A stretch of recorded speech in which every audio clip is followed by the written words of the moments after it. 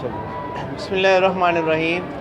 اب یہ اگلے جو عقائد ہیں وہ ہیں انبیاء کرام علیہم السلام اور معجزات سے متعلق۔ انبیاء یہ نبی کی جمع ہے لفظ، یعنی نبی کہتے ہیں وہ لوگ جن کو اللہ تعالیٰ نے لوگوں کی اصلاح کے لیے اور لوگوں تک اپنا پیغام پہنچانے کے لیے مبعوث کیا، بھیجا، ایسے لوگوں کو انبیاء کہتے ہیں۔ نبی کہتے ہیں نبی کی جمع انبیاء۔ تو انبیاء کرام کے بارے میں کیا عقائد ہوتے ہیں؟ پہلی بات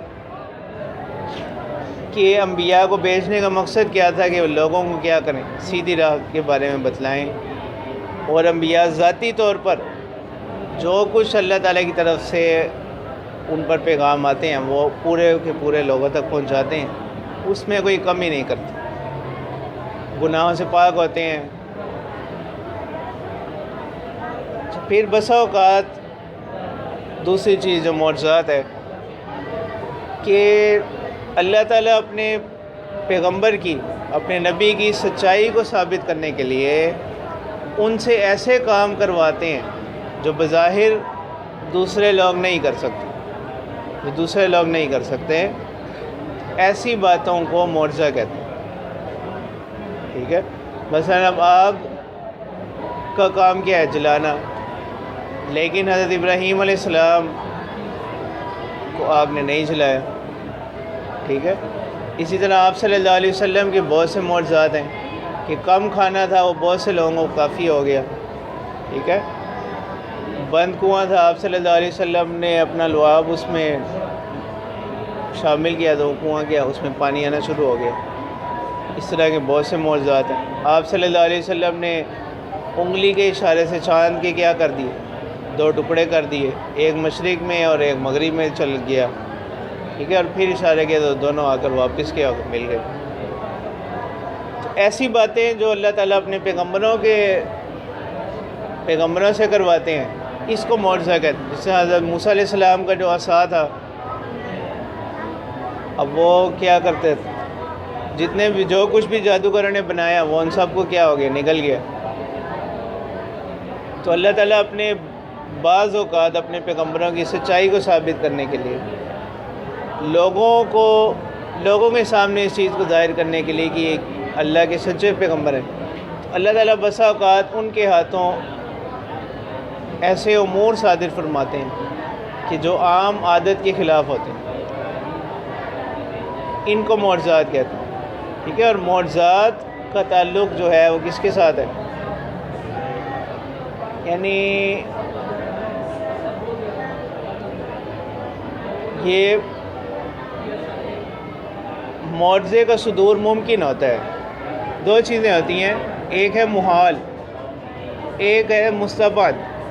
مستبد کا معنی ہے کہ عام طور پر ایسا ہوتا نہیں ہے، ہو سکتا ہے لیکن ہوتا نہیں، اور محال ہوتا ہے کہ ایسا بالکل نہیں ہو سکتا۔ تو معجزات کا جو انکار کرتے ہیں نا جب لوگ، تو وہ ان دونوں چیزوں میں فرق کو نہیں سمجھتے۔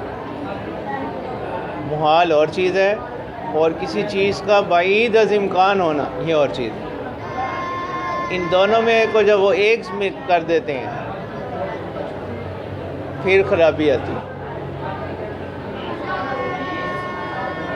اچھا، اب انبیاء کرام میں سے سب سے پہلے جو پیغمبر ہیں وہ حضرت آدم علیہ السلام ہیں، اور سب سے آخری جو ہے پیغمبر وہ ہمارے رسول حضرت محمد صلی اللہ علیہ وسلم ہیں۔ تو اللہ تعالیٰ نے آپ صلی اللہ علیہ وسلم پر سلسلہ نبوت کو مکمل فرما دیا۔ جیسے حدیث مبارکہ میں آتا ہے ان رسالۃ والنبوۃ قد انقطعت فلا نبی بعد،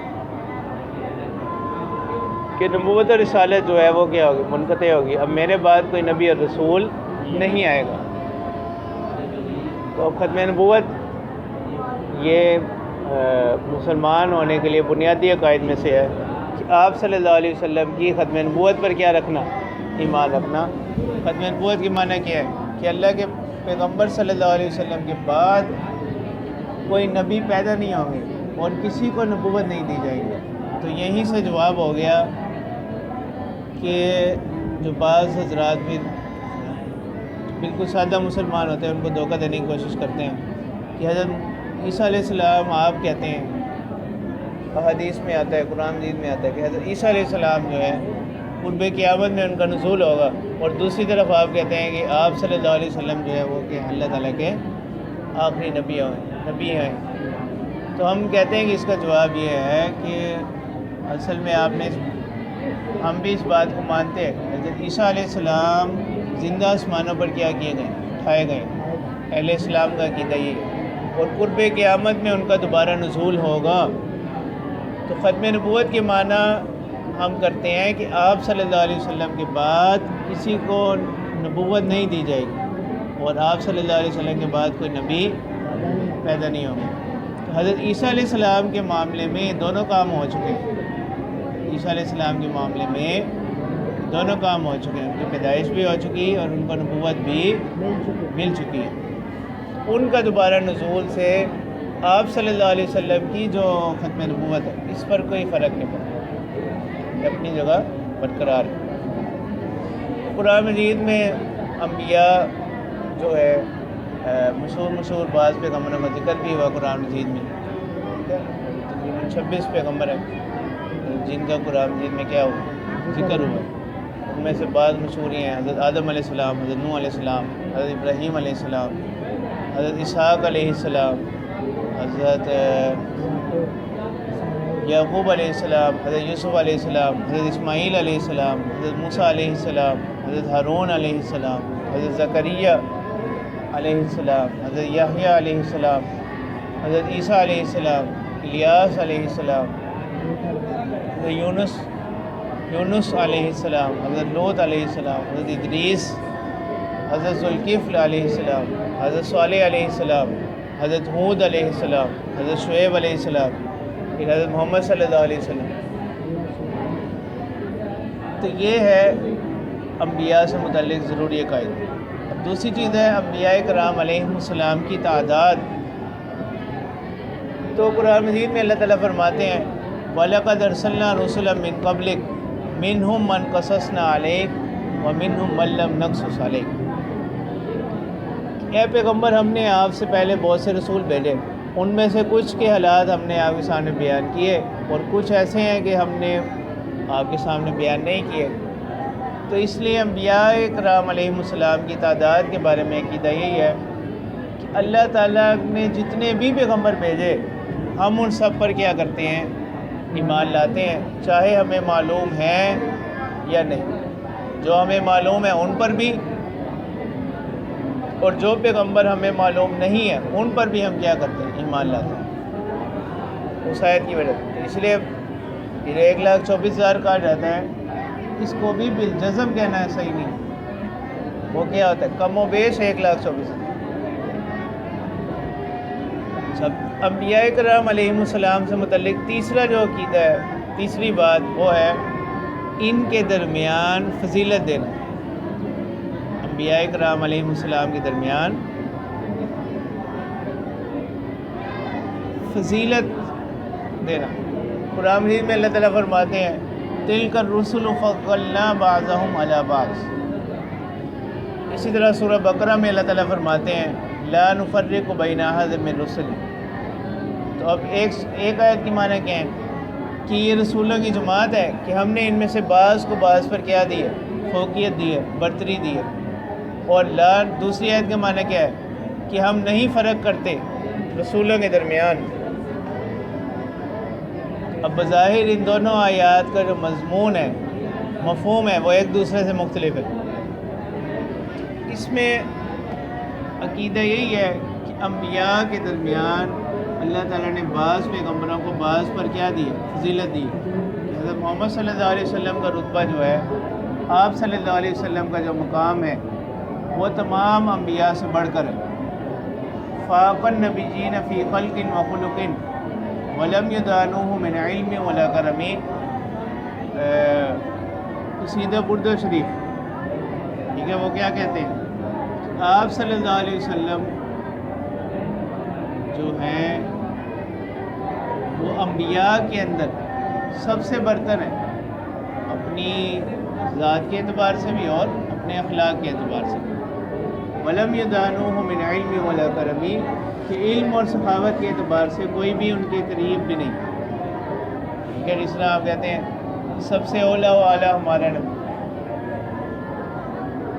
آپ صلی اللہ علیہ وسلم کا جو رتبہ ہے وہ سب پیغمبروں سے بڑھ کر ہے۔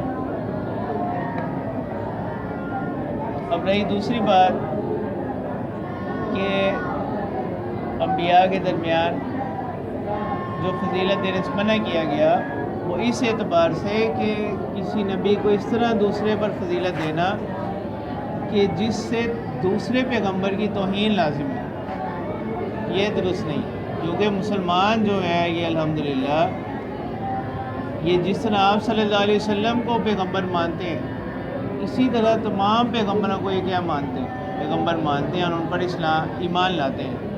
ایسا نہیں کرتے کہ کسی کو مان لیں کسی کو نہیں، ایسا نہیں کرتے۔ تو آپ صلی اللہ علیہ وسلم کا جو رتبہ اور مقام ہے وہ کیا ہے، سب انبیاء سے بڑھ کر ہے، اور آپ صلی اللہ علیہ وسلم کو جو اعزاز ملا وہ کیا ہے، اللہ تعالیٰ نے آپ صلی اللہ علیہ وسلم کو آخری پیغمبر بنایا۔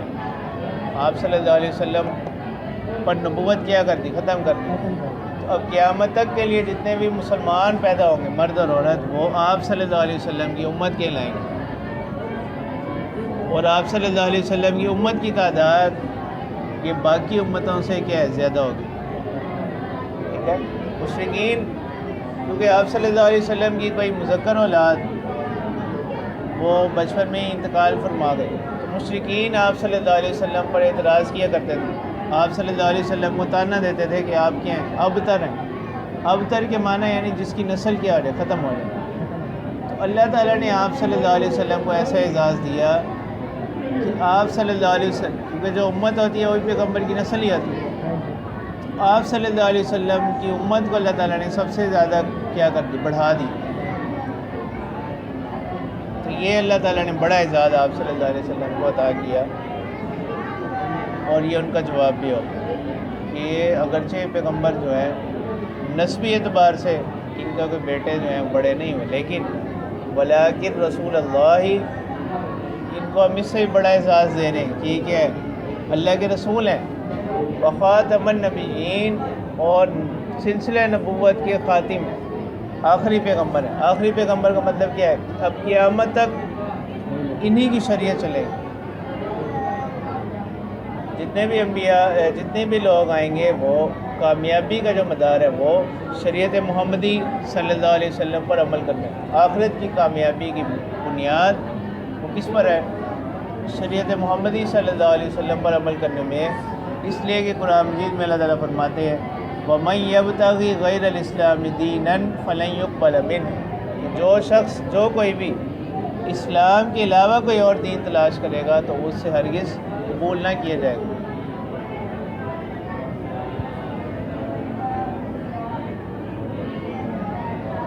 اچھا، اب اگلا ہے معراج سے متعلق۔ معراج کا لفظ عروج سے ہے۔ معراج کا مطلب یہ ہے کہ اللہ تعالیٰ نے ایک ہی رات میں ہمارے پیغمبر صلی اللہ علیہ وسلم کو بیداری کی حالت میں، یہ ضروری ہے سن، بیداری کی حالت میں آپ صلی اللہ علیہ وسلم کو جسم اطہر کے ساتھ مکہ مکرمہ سے بیت المقدس تک، اور پھر بیت المقدس سے ساتوں آسمانوں کی، اور وہاں پر پھر اللہ تعالیٰ نے آپ صلی اللہ علیہ وسلم کو مختلف مقامات کی کیا کروائی، سیر کروائی۔ اس کو کیا کہتے ہیں، معراج کہتے ہیں۔ اور یہ کیا ہے، قرآن مجید کی آیت سے اور احادیث متواترہ سے یہ چیز کیا ہے، ثابت ہے، تو اس کا انکار کرنا درست نہیں ہے۔ تو والمعراج حق، یہ جو معراج ہے یہ کیا ہے، برحق۔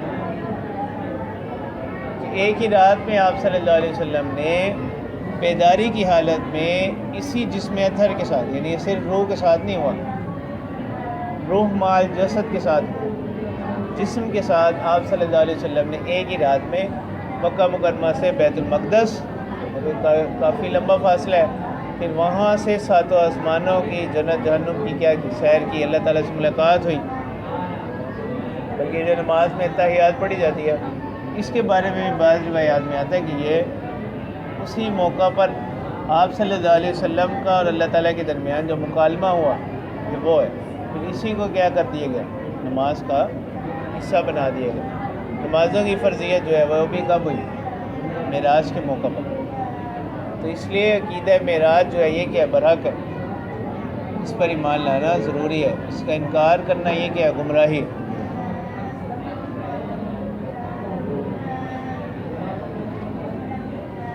فرشتوں اور جنات سے متعلق انبیاء کے بعد فرشتے یہ اللہ تعالیٰ کی نورانی مخلوق ہیں جو کہ نور سے پیدا کیے گئے اور یہ ہمیں دکھائی نہیں دیتے، البتہ یہ اللہ تعالیٰ کی فرما بردار مخلوق ہے۔ لا یعصون اللہ ما امرہم، کہ جو کچھ ان کو حکم دیا جاتا ہے کائنات کے جو معاملات چل رہے ہیں اس کے حوالے سے، اور جو اللہ تعالیٰ ان کو احکامات دیتے ہیں یہ اس میں کیا نہیں کرتے، نافرمانی نہیں کرتے۔ اللہ تعالیٰ نے جس کو جس کام میں لگا دیا وہ وہیں پر لگے۔ یہ 4 مشہور فرشتے ہیں، حضرت جبرائیل علیہ السلام، حضرت میکائیل علیہ السلام، حضرت اسرافیل علیہ السلام اور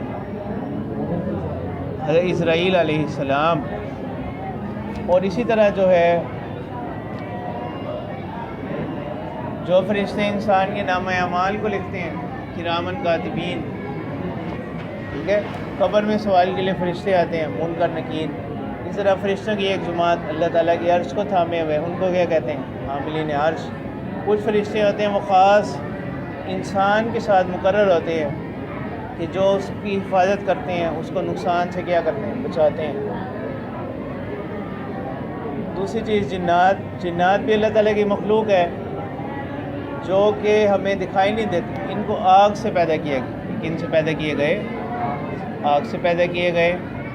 اور ان میں جنات کے اندر اچھے اور برے دونوں قسم کے لوگ ہوتے ہیں، ٹھیک ہے۔ اور ان کی آگے یعنی جس طرح انسانوں کا سلسلہ اسی طرح ان کے ہاں بھی سلسلہ ہوتا ہے، ان کی آگے نکاح وغیرہ معاملات ہوتے ہیں، ان کی آگے اولاد بھی ہوتی ہے۔ ٹھیک ہو گیا، چلو بس اس میں